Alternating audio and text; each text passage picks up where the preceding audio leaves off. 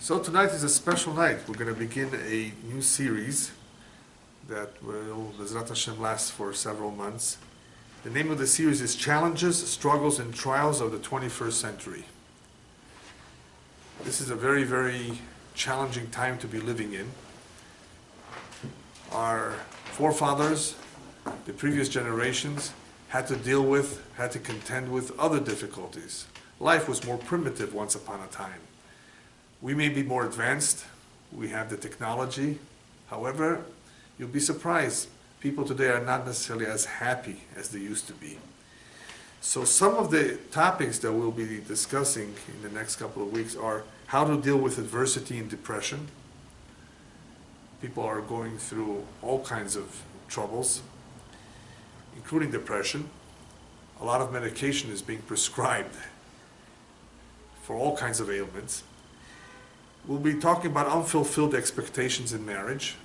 For some reason, marriage is not what it used to be.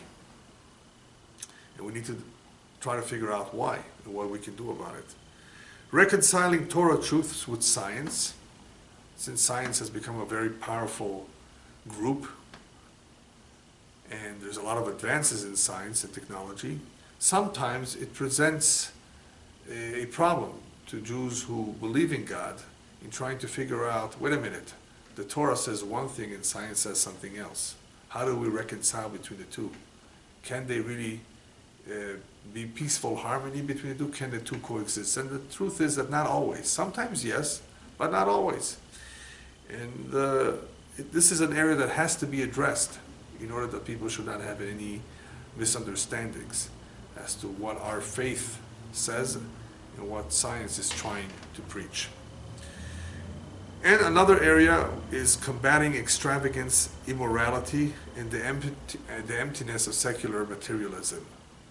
This is a very materialistic society, and not only here in the United States, but all over the world. We see that there is a great emphasis on materialism. We have greater comforts. We have the means to acquire those comforts. But that has led to a certain emptiness. Some people have discovered that emptiness, realize that life is not only about materialism and about getting your latest car. Some people have realized that that's not necessarily what's going to make them happy. Others have yet to discover it. In the meantime, there's a lot of confusion. On the one hand, you have all this comfort, you have all these goodies, and there's a lot of money to be made. But for some reason, people are not happy. So we have to understand what's wrong, what's going on, and how to deal with it properly. So today is going to be more of an introduction into this topic. We need to understand that all these troubles that we are witnessing, that we are experiencing in our generation, has already been predicted in the past by our prophets, by our sages in the Talmud. They mentioned it. They said that if you're going to be around during this time, this is what you will experience. And the first question that comes to mind is, why tell people the bad news? You know, it's bad enough when we have to live with it, live through it. Why tell us in advance that this is going to happen?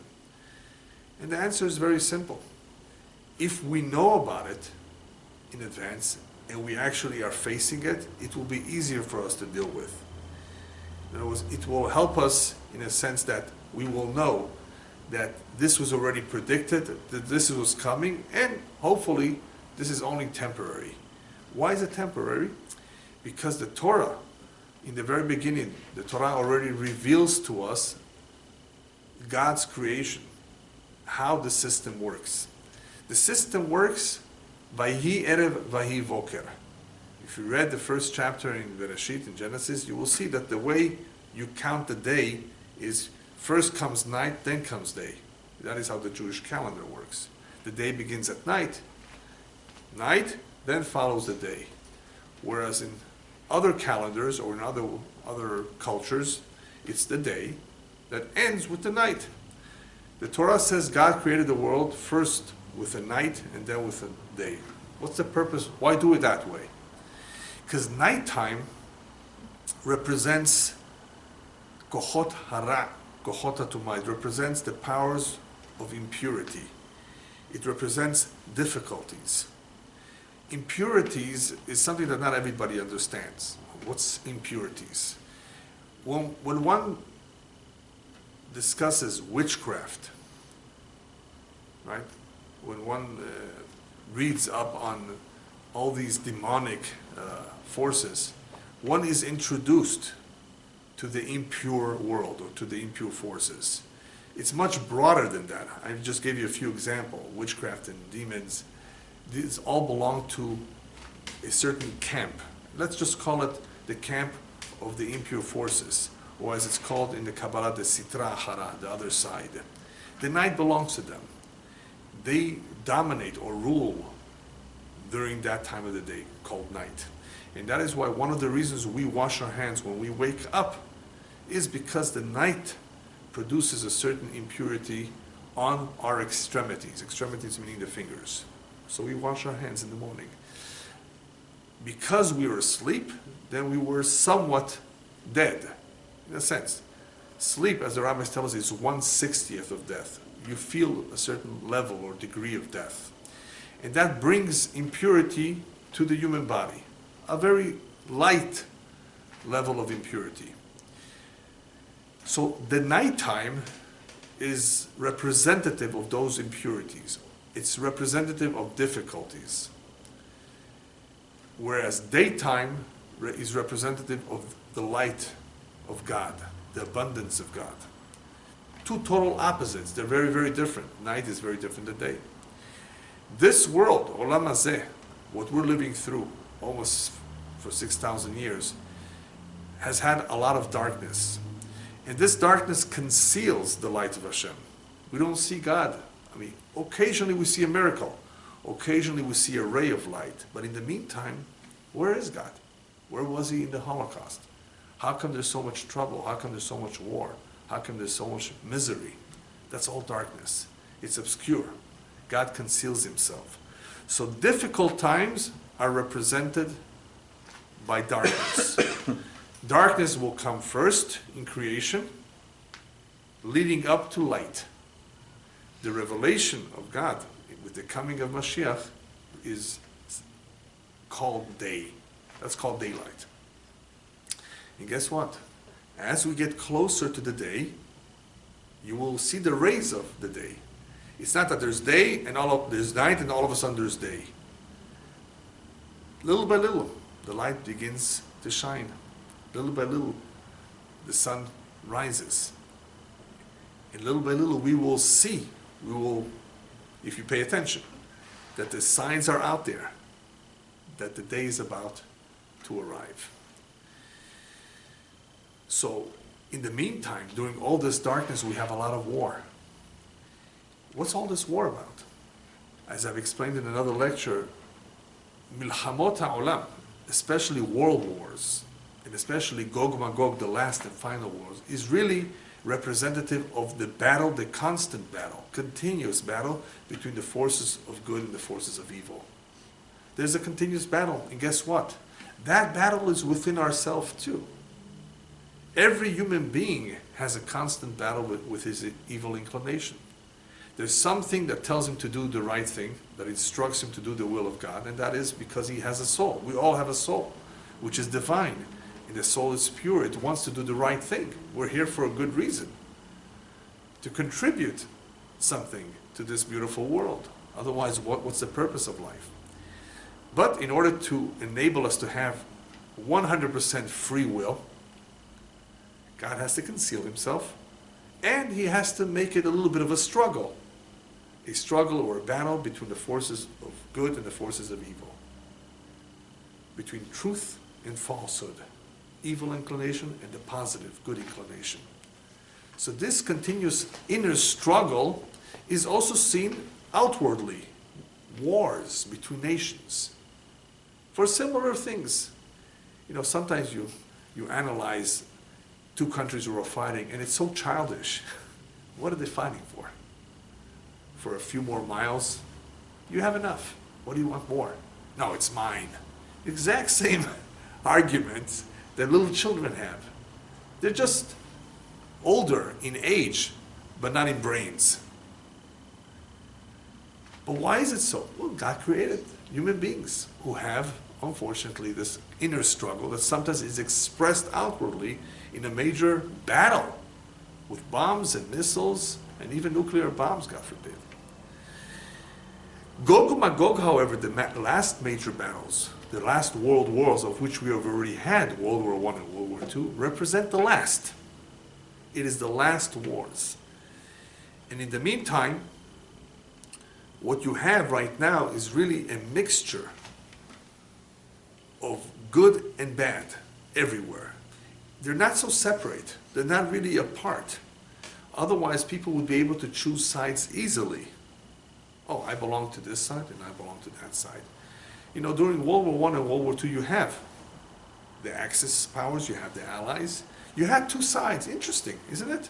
It wasn't just one nation against many.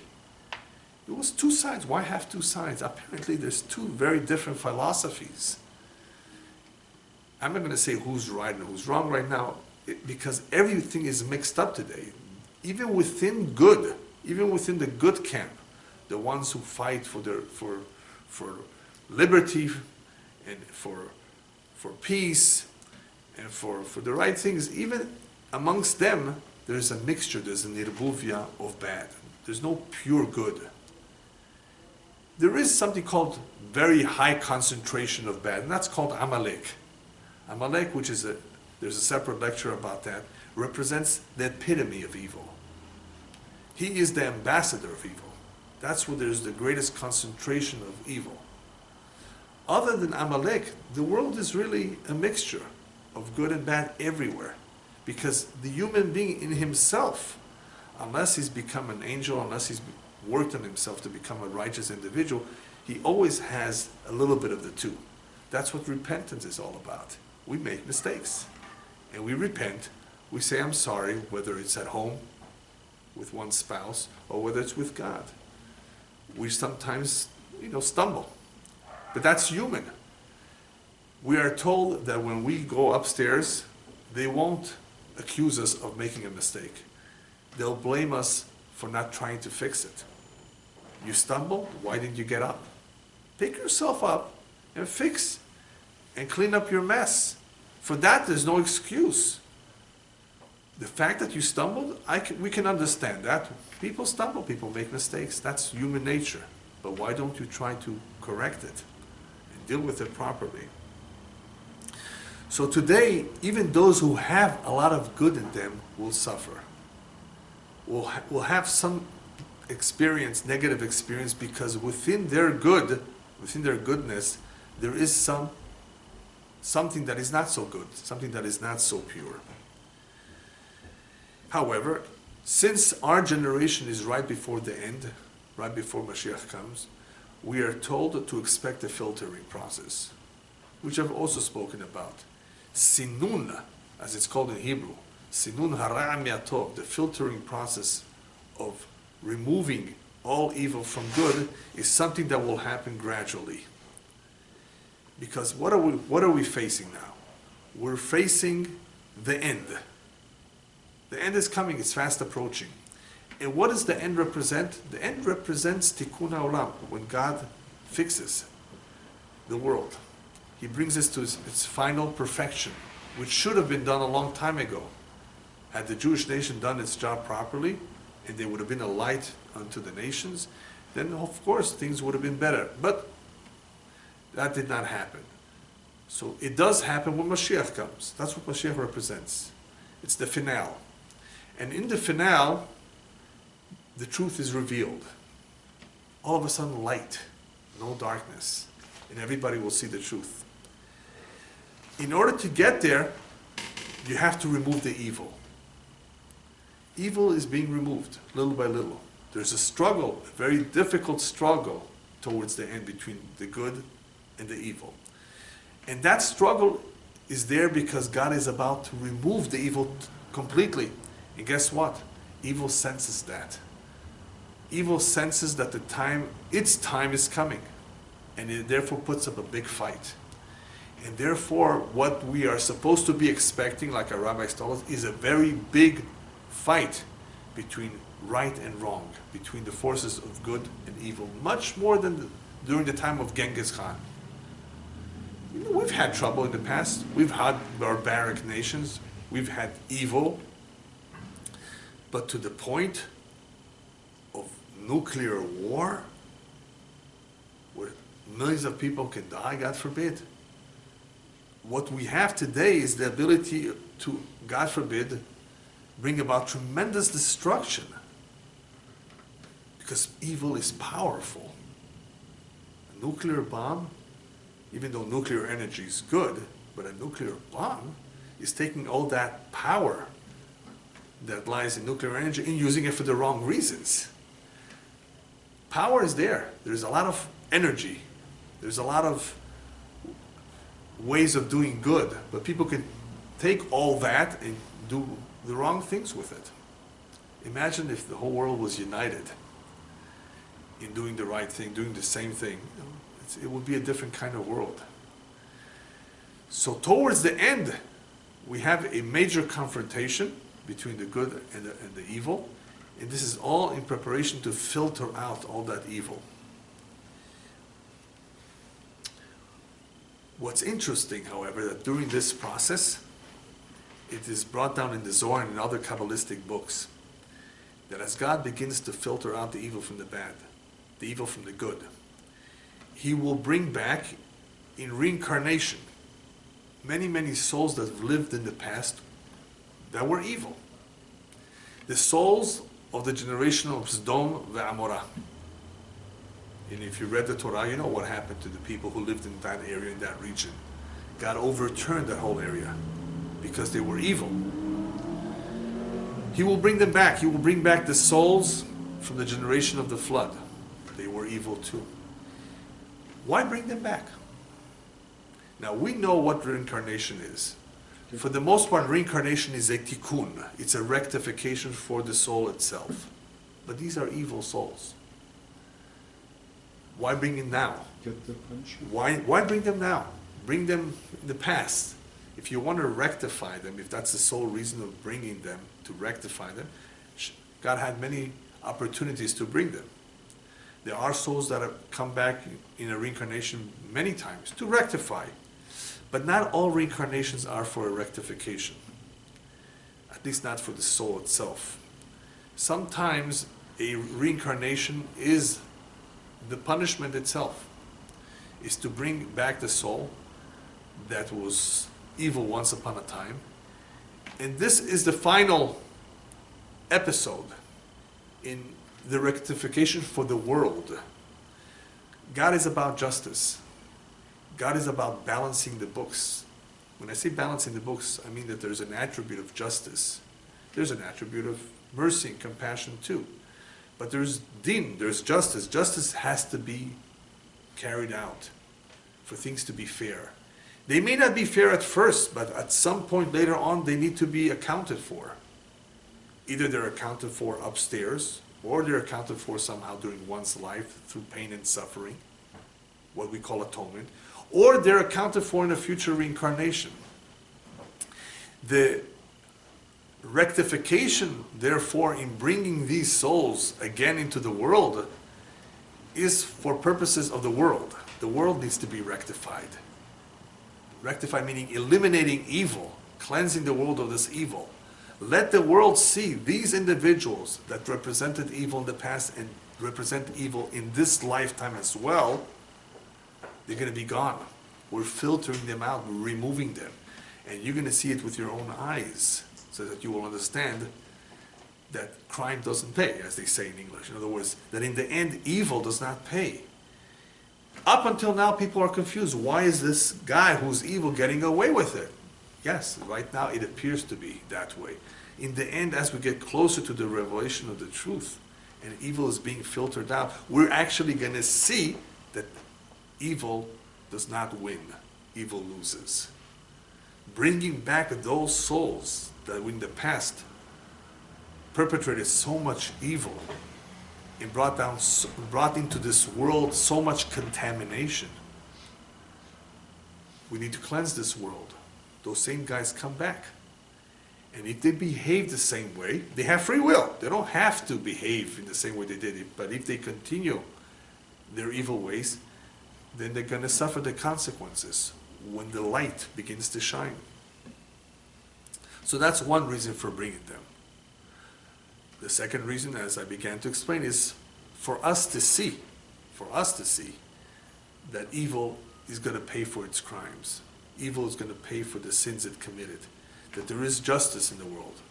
That God does judge those who commit evil. And of course, there's always the possibility that some individuals who did commit the wrongs in the past will be given a last chance to do teshuvah, to repent, to correct their mistakes. And why do I say last chance? Because right before Mashiach comes, it is the last chance.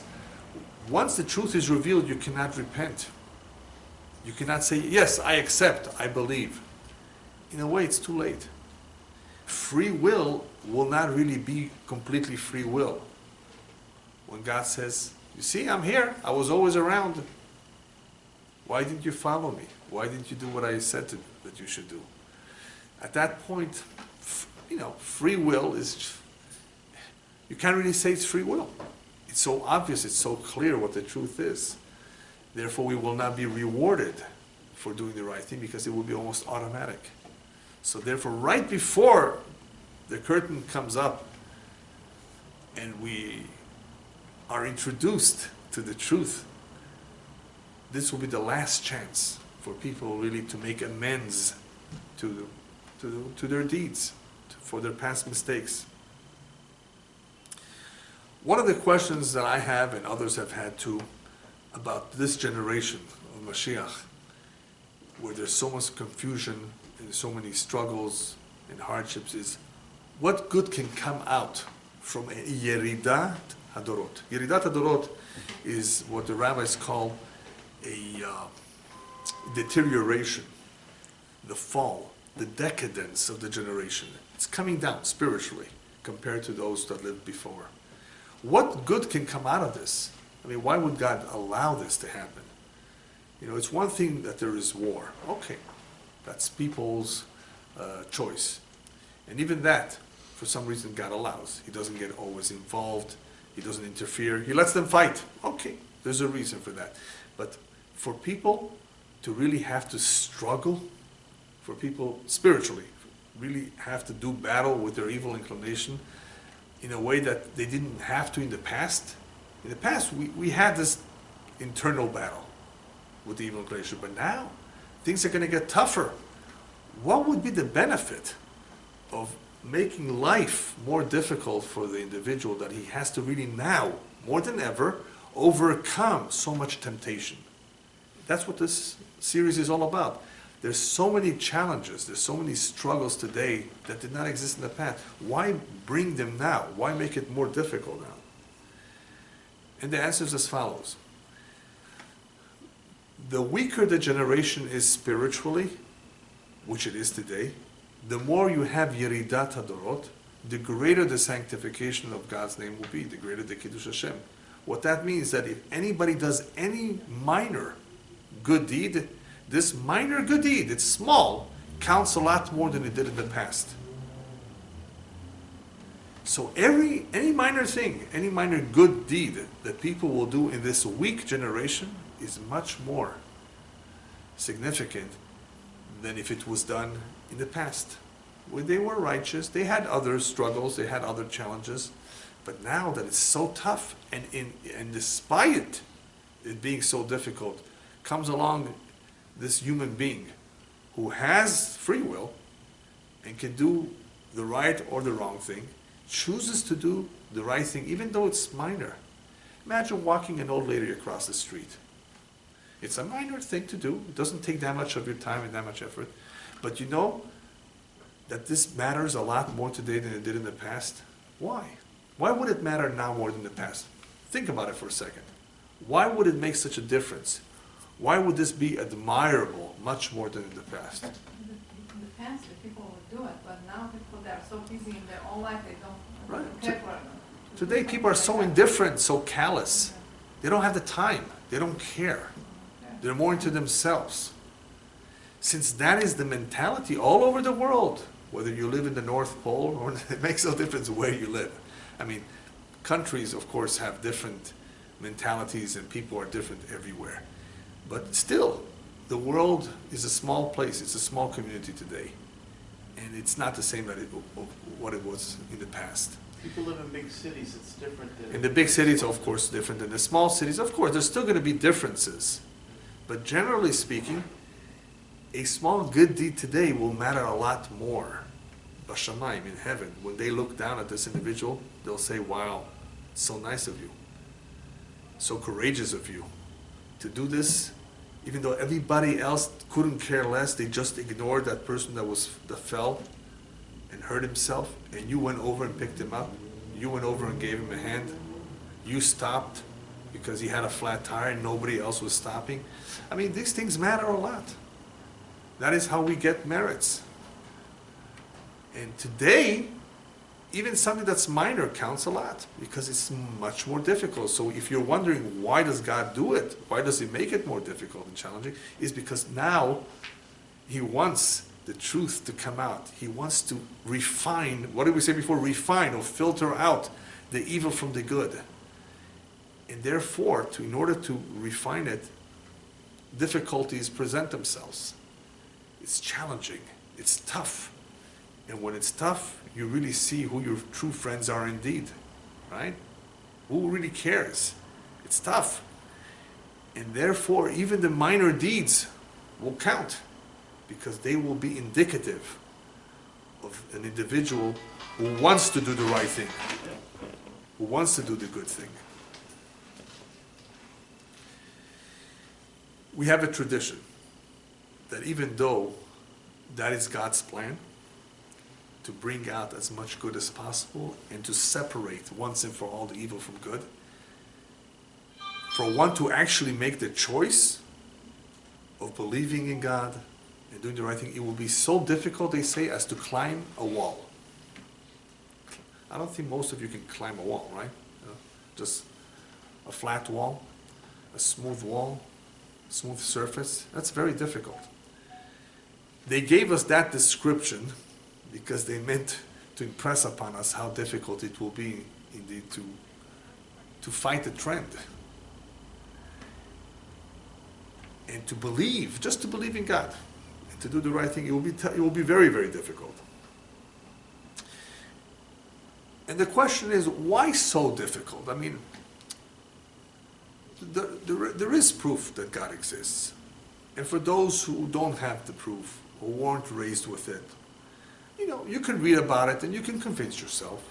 I mean, we're somewhat intelligent. I mean, we have the ability, we have the mental faculties to digest information and to make decisions. So where lies the difficulty? I just said something that really may give the impression that there's some blockage. Faith will be so difficult as to climb up a wall. I mean, faith to believe? Why? I mean, a lot of people believe.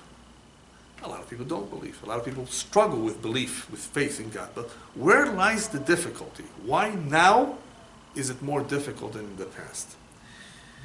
Remember the tree of knowledge in Bereshit? You know, somehow, you know, it was forbidden to eat from without God's permission. Eventually, God would have given them permission to eat from it. But he says, not now. Why not? Why hold us back from it? What's wrong with knowledge? Knowledge can be dangerous too. Where's the danger? Just pay attention to what the Nachash, the serpent, says. V'yitem kelokim. You know, if you eat from it, you will be like God. What does that mean? You will be like God. What it really means is that you will be independent of God. You won't need him. That's what it really means. That's really the underlying message over here. You won't feel a need for him. You'll be so independent. You'll be so knowledgeable. You'll know it all. Today, with all this knowledge, with all this science, they have tasted, the generation has tasted a little bit of this tree of knowledge. And they feel they know it all. Or at least they feel that they don't need a God. He's not really missing in their life. And what really happens is that as a result of this vacuum of sorts, of no God, you have many, many cults that have sprung up. That's interesting. There's a vacuum, that means they removed God, science removed God. All of a sudden there's cults springing up everywhere. Because of the same reason. When you remove God, what are you saying? What you're saying is what many secular Jews, unfortunately, attempt to say. Kol echad v'emet shelo. Let everybody live according to their truth. Oh, you mean there's more than one truth? There can only be one truth. No. Kol echad v'emet shelo. It's impossible that there should be more than one truth. Truth means truth. There's nothing else. No, but when you remove God, that's what you begin to believe. That you can believe in whatever you want. So you have all these cults trying to fill in, their way of understanding life and how to become happy and how to live a good life. And religion after religion has tried to give their flavor as to what life is all about and how you can find bliss in paradise if you do this or that. In other words, removing God introduced other attempts to bring different forms, different deities, different religion, different beliefs in trying to reproduce what really should have been something accepted to all, that there's only one God. So that is why you have so many cults trying to reproduce the authentic one truth, one God. This is all part of the confusion, part of the darkness, part of what we're all experiencing now more than ever. The bottom line is, people will live by a motto that there's no absolute truth. And if you don't have an absolute truth, as I've explained before, that leads to war. That leads to Democrats and Republicans. Why can't they all believe the same thing? Didn't you once ask yourself, why do you have to have so many parties? There's no absolute truth. The fathers of the Constitution more or less agreed on the same things. And they definitely will be very upset if they got up today and saw what was going on. This is not what they had in mind. Obviously what's going on here and what's influencing the politics of many, many countries, or all nations, is personal agendas, not the truth. But those personal agendas are being called truths as well, because there's no absolute truth. So why can't his personal interest be valid and be accepted? How could you tell him you're wrong? That's not the right thing to do. Who says there's a right and wrong? There's no absolute truth. See what I mean?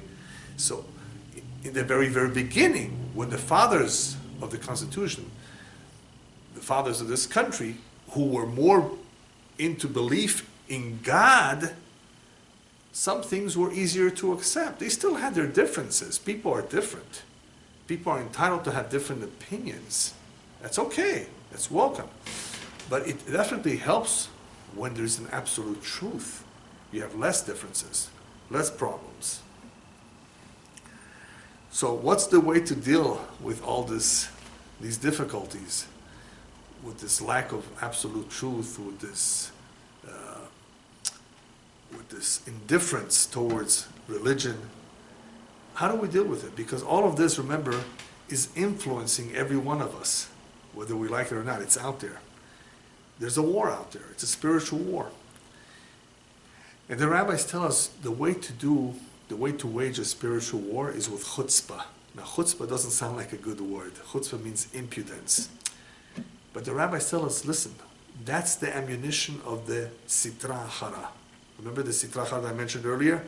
The other camp, the impure forces, they're going to be fighting you with a lot of chutzpah. They're going to wage a very, very aggressive war. that knows no boundaries, the only way you can do war with them is with chutzpah. What kind of chutzpah? Spiritual chutzpah. You have to emphasize goodness. You have to be kind and generous more than the average. You have to involve yourself in positive things. Otherwise, you'll be swept away with them. You have to fight them.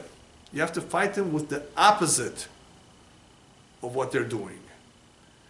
They're trying to emphasize materialism and selfishness. You owe it to yourself. They call me up from time to time, "Sir, you owe yourself a vacation." I said, "Since when do you know that I owe myself a vacation? I just had one a couple months ago." "No, you owe yourself another one. Go on this cruise. Go spend some more money. You don't have it, borrow it on credit card. It's okay, you know." They're trying to convince you of something you don't really necessarily need. Materialism, comforts. This is not the holy camp. This is not spirituality. This is not what the purpose of life is for. But it's all about distraction. This is a very powerful camp, the camp of the impure forces. Now, I'm not trying to make fun of all of this because human beings are physical too. And we need to rest. And we want to have a good time. We enjoy music and good food. Yes, as long as you don't overdo it, and it's okay. The problem is that this camp overdoes it.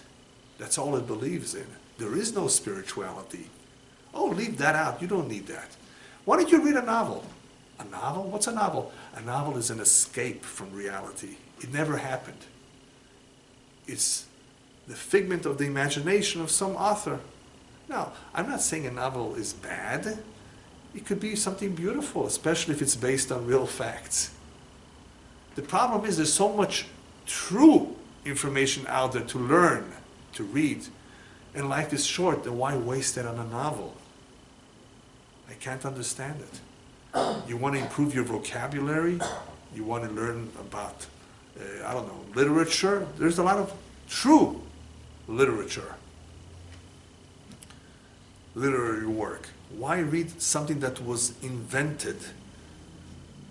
In other words, as far as the story, when there's a lot of true stories that could be inspiring. Life is short. Why waste it? This is a waste.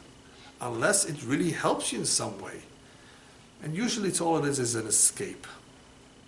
It's too difficult to read something that is informative, that can perhaps lead you to become a better person. That requires a lot of work and effort. It's hard. So people are lazy. They want to do what's easy. So if you want to fight the battle against the evil inclination, you have to use chutzpah.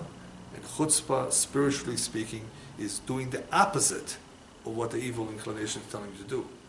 Do the right thing. Go out of your way and help somebody. Be more charitable. Be kind. Right? All of these things we take for granted. Yes, of course it's important to be kind. No. But now you have to, more than ever, be extra careful to be kind and sensitive to people. Not because people need it, but you need it.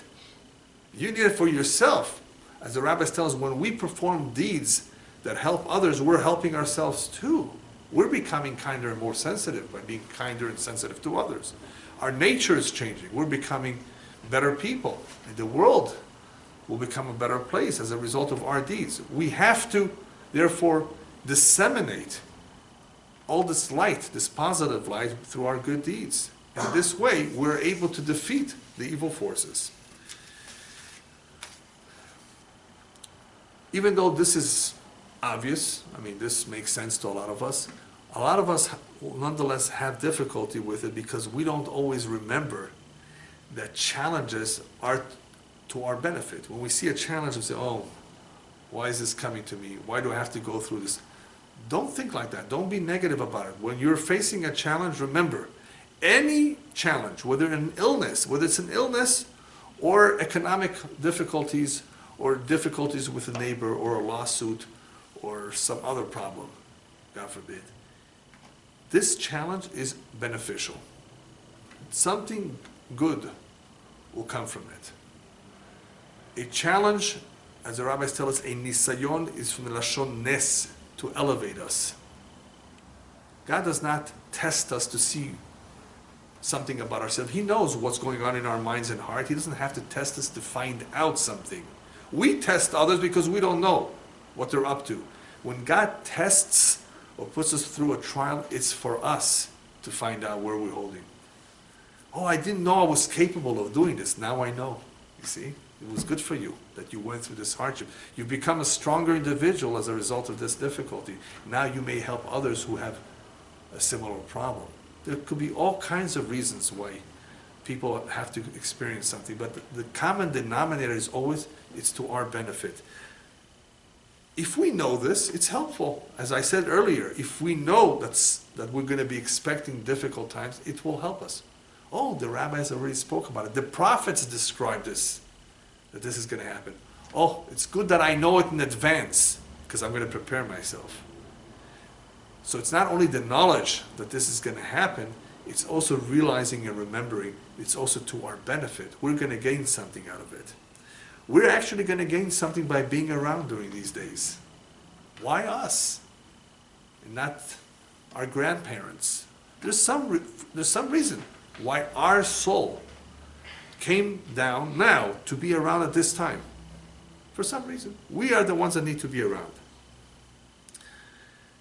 The greatest, therefore, and most difficult and challenging war of all is the internal war, the spiritual war, not the physical war that's out there with missiles and guns. Yes, you have to be creative, you have to have strategy. Nobody denies that, but the more difficult one, the one that's constant, is the internal. Why is it so difficult? Because even if you win, it's going to come back tomorrow. It's never going to let go. See, when you defeat the enemy and you do a good job, that enemy may not come back so quickly. He may even give up. But not the internal enemy, the evil inclination who's with us from the moment we're born till the day we die. He doesn't give up. That's his job. You won today, he might come back tomorrow. And he comes with a different disguise. And sometimes we forget that it's him. That's why it's so difficult. That's why a lot of people stumble. They don't realize that this enemy is out to get them. So this is the most difficult war of all. Milchemet HaNefesh, as I call it. The war with one's own spirit, with one's own evil inclination. The spiritual war. You can have a lot of people who are righteous and good people who will stumble. And it's a shame. It's embarrassing. I've had many people call me up and complain, how is it possible that this rabbi committed this terrible sin? Did you read about it? It's all over the place. I tell them, wait a minute. I didn't know rabbis don't have an evil inclination. We're all human. We all have challenges. We make mistakes. He stumbled. Feel bad for him. In order not to stumble, you need a tremendous dose of Yirat Shamayim, the fear of heaven. Tremendous, large dose of fear of heaven, which will hold us back and make sure that we evaluate something before we do it. Most people don't evaluate. They rush into it. They don't think enough about it. That is why they make a mistake. Think twice, think 100 times before you do anything that is questionable. How many people think? This is not a generation that too many people think. And you can have somebody who's really otherwise a good person because he did not think and he acted impetuously or impulsively. He made a mistake. A very healthy dose of fear of heaven is important. One develops his fear of heaven, it will help him throughout his life.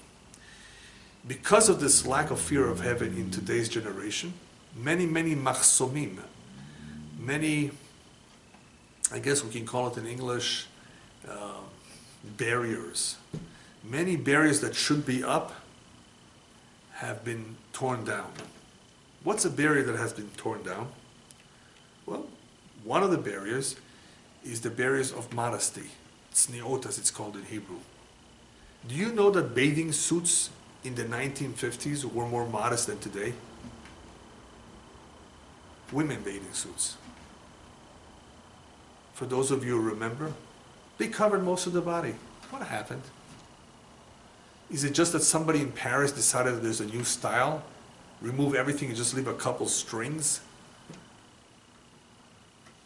What happened? There used to be a barrier. A barrier means that people were actually a little bit shy, embarrassed to show more of their skin. People understood that you don't walk around in public showing off your body. I mean, there were always people who did the wrong thing. I mean, prostitution has been around for forever, but it was more hidden. Today, if you go on the street, it's terrible what you see. So what happened? One of those barriers that is supposed to be up has been torn down. As a result of tearing down that barrier, guess what happens? Which part of our body has become a victim? The eyes. And the eyes have a barrier. And what is the barrier of the eyes? The eyelids. In other words, if you see something wrong, close your eyes. But that's much more easily said than done.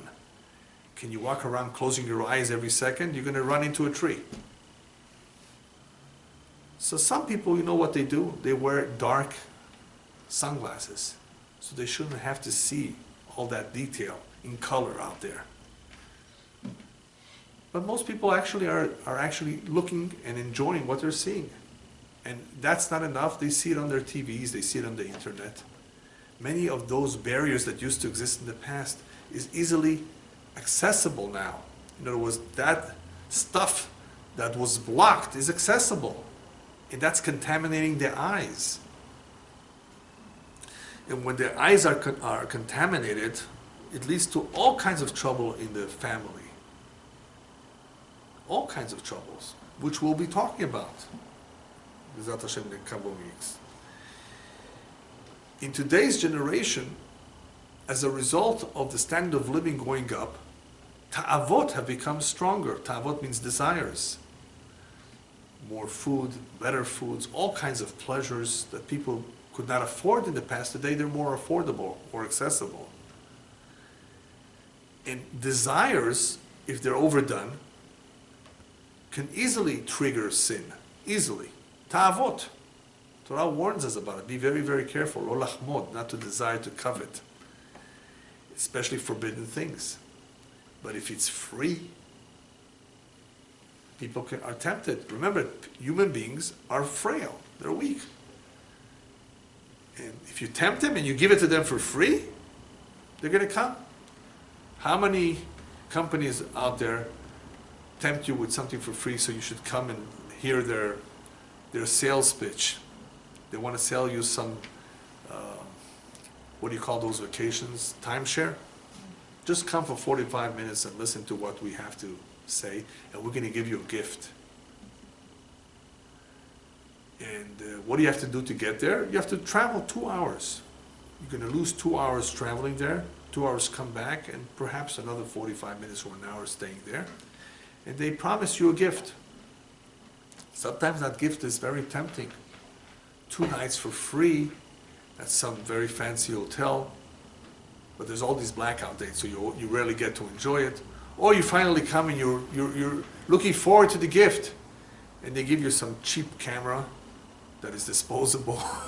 You know, they didn't tell you what they were going to give you. They were luring you. So people fall for it. Why do you think there's billions of dollars, I believe billions, not millions, dollars being spent on advertisement? Because it seems to work. For some people. I say some, even though it's probably most. Advertisement. If you buy this, you'll be so happy you did. How do you know? Anyway, a lot of money is being spent because human beings are susceptible to, easily susceptible to being tempted and being influenced by all these things that speak to their, to their fancies. So many barriers have been broken down. Who is adding oil or gasoline to the fire? Who's making it worse?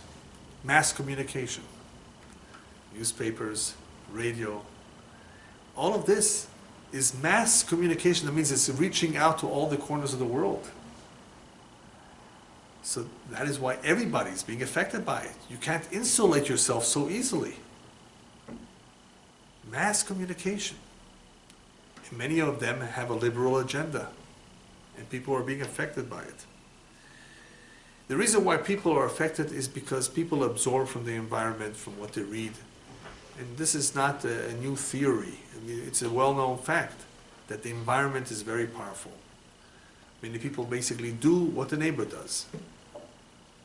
People's accent changes when they live in a certain place. Their habits change as a result of being exposed to certain things. That's how it is. Human beings are easily affected. But you know what's the most dangerous type of influence? Brainwashing. You have, at least in the past, in Russia, they actually brainwashed the Communist Party, kids to snitch on their parents. I could never understand how that was possible for a child to snitch on his parent, that my father is doing something against the law. He's religious, he's praying, or whatever it is that got his parents into trouble. How could a child do this? Because of Mother Russia. Again, this was a problem in the past. Today, things are different in Russia. But there were times in Russia, in the past, where being religious or being observant, as a Jew especially, was limited and severely punished if somebody went against the law. So for the kid to tell on his parent, that's how far the brainwashing went? That the country was more important than your own parent? That they take precedent over your own parent? That just comes to prove to you. I mean, it easily can be seen how people are susceptible, how you can actually brainwash them. So now we begin to understand why in this kind of an atmosphere of confusion, of the evil and the good mixing, without having a clear distinction between the two, when the forces of evil and good are fighting each other, and when things are so more difficult today than in the past, we begin to understand why happiness is not something to be seen, to be found so easily as in the past. People were happier with less. Today they have more, they're not happy. Why? Because what they've achieved today, as in Hollywood, is ta'avot. They got their hands on desires. Finally, money bought them what they want, but the money didn't bring them happiness. So movie stars, they become wealthy. They have everything they ever dreamt of.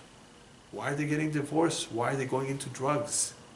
Because they have not found happiness. They have found their desires. True happiness is something spiritual. You won't find it in all the vanities of life, in materialism. And if you do find something that makes you happy, it's temporary. It won't last. It's empty. And that is why.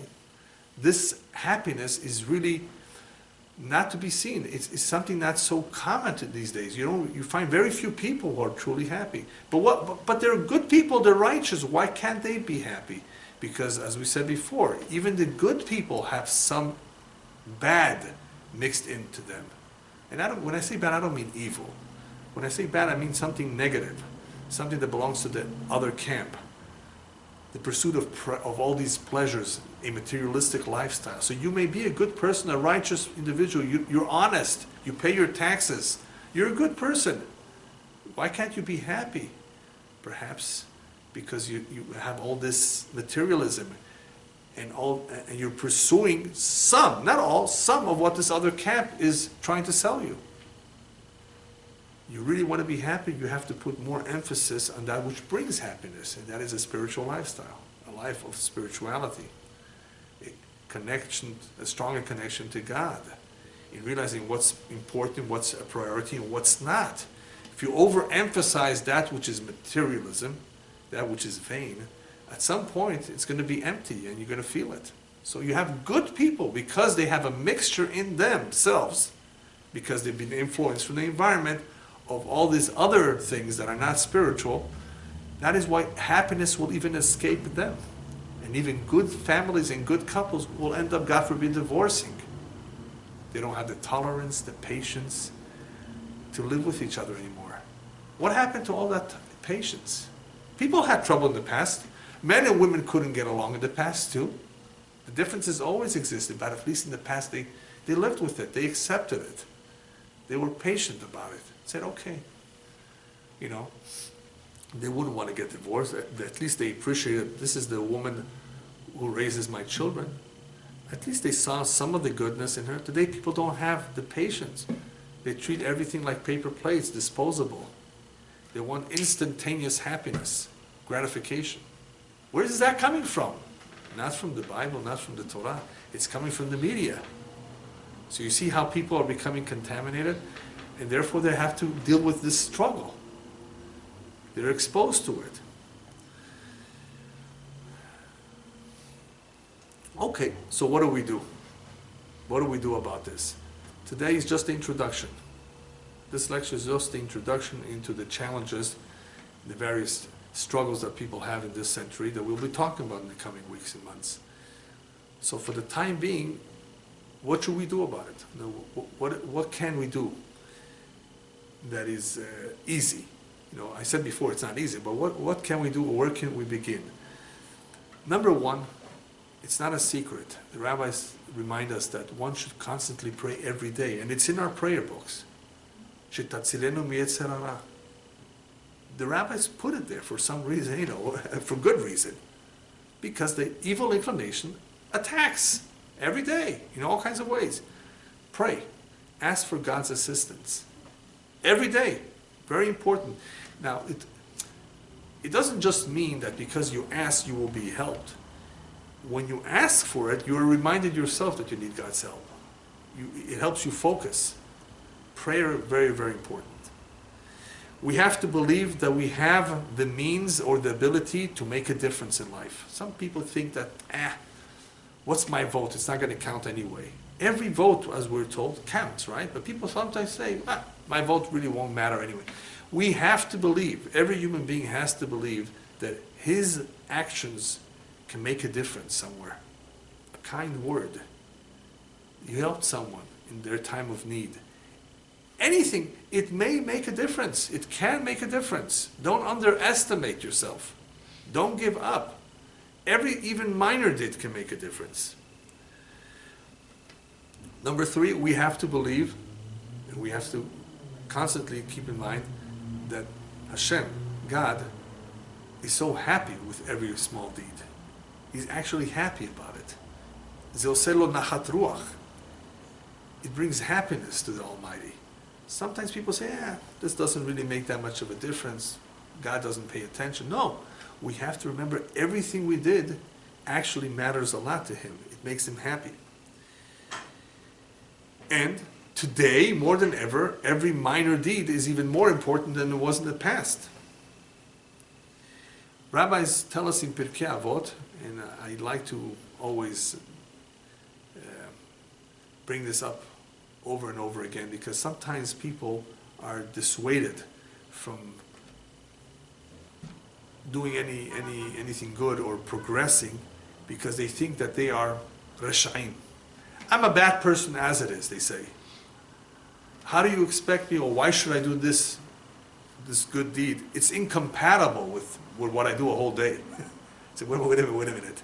Don't you realize that this is advice from your evil inclination? He's telling you you're an evil man. Rabbi tells us, Al tehi rasha bifnei atzmecha. Don't consider yourself an evil man. Well, a lost case. That's what some people say. I'm a lost case anyway. Forget it. That's it. I've already done so many terrible things. There's no cure. Don't think like that. Everything you do counts. Is worth it. Yes, you may not be perfect, but do whatever you can. Rabbi tells, they warn us. Don't consider yourself a wicked man, because otherwise you won't do anything. You won't try to do anything. Therefore, the rabbis stress that our main effort should always be concentrated on wanting. Wanting to do, even if you don't accomplish. As the Chafetz Chaim of blessed members used to say, medaf ton, medaf nish of ton. All you're being asked to do is to do, not to accomplish. Accomplish a lot? That depends on God. If He will give you the opportunities to accomplish a lot. How do you know how much you will accomplish? You don't. So you have to just do. No, I got to accomplish. Well, if all you're going to think all day is about doing a lot, you may not do anything. You just do. Whether you get ahead a lot, whether you do one or you do two, that does not depend on you, how much you will end up doing. But you got to do something. So that is why the rabbis tell us, focus on wanting to do something. Focus on the desire, on the interest of doing the right thing. How much of it you will accomplish in the end does not depend on you, but at least you had the desire. That's what matters. And why does that matter? You know why that matters so much? Because we have a very, very famous saying that the rabbis tell us, that those who really strive to do the right thing, those who truly strive to do the right thing, who want to be pure and want to come close to God, they will receive divine assistance. If you want to make $1 million, who's to say you're going to get help from above? Maybe that's not part of your destiny, your luck. Maybe the $1 million will ruin your life. So God is not necessarily going to give you something that's going to ruin your life. But if it's something spiritual and you ask for spiritual matters, God, help me concentrate on my prayer a little bit more. I'm so distracted. My business is in my head when I'm praying. I can't get it out of my head. That's a spiritual request. We get assistance for that. When we make a spiritual request, God, please help me with my marriage. That's a spiritual request. You want peace. Help me raise my kids. Direct me to place them in the best schools. Give me the strength to have patience for them. These are spiritual requests. For spiritual requests, we have divine assistance. They will help us from above. And the greatest proof for that is that many individuals who were so far removed from religion have come back, have done teshuvah. That's the greatest proof that even though they were so far removed, so distant, totally removed, nonetheless, they mustered up the courage to come back. And they had a big fight and struggle with their friends, with their family members, to overcome and to make those changes. But in order to win, they had to receive divine assistance, and they did, apparently, because they won. Some people tried and they fell behind. Why? Because they didn't try enough. Even if you don't succeed the first day, try and try again. Never give up hope. Because of this very famous piece of advice that the rabbis tell us. If you really want to get closer to God, you really want to do the right thing, you pray to Him and you continuously try, you will see that God will help you in the end.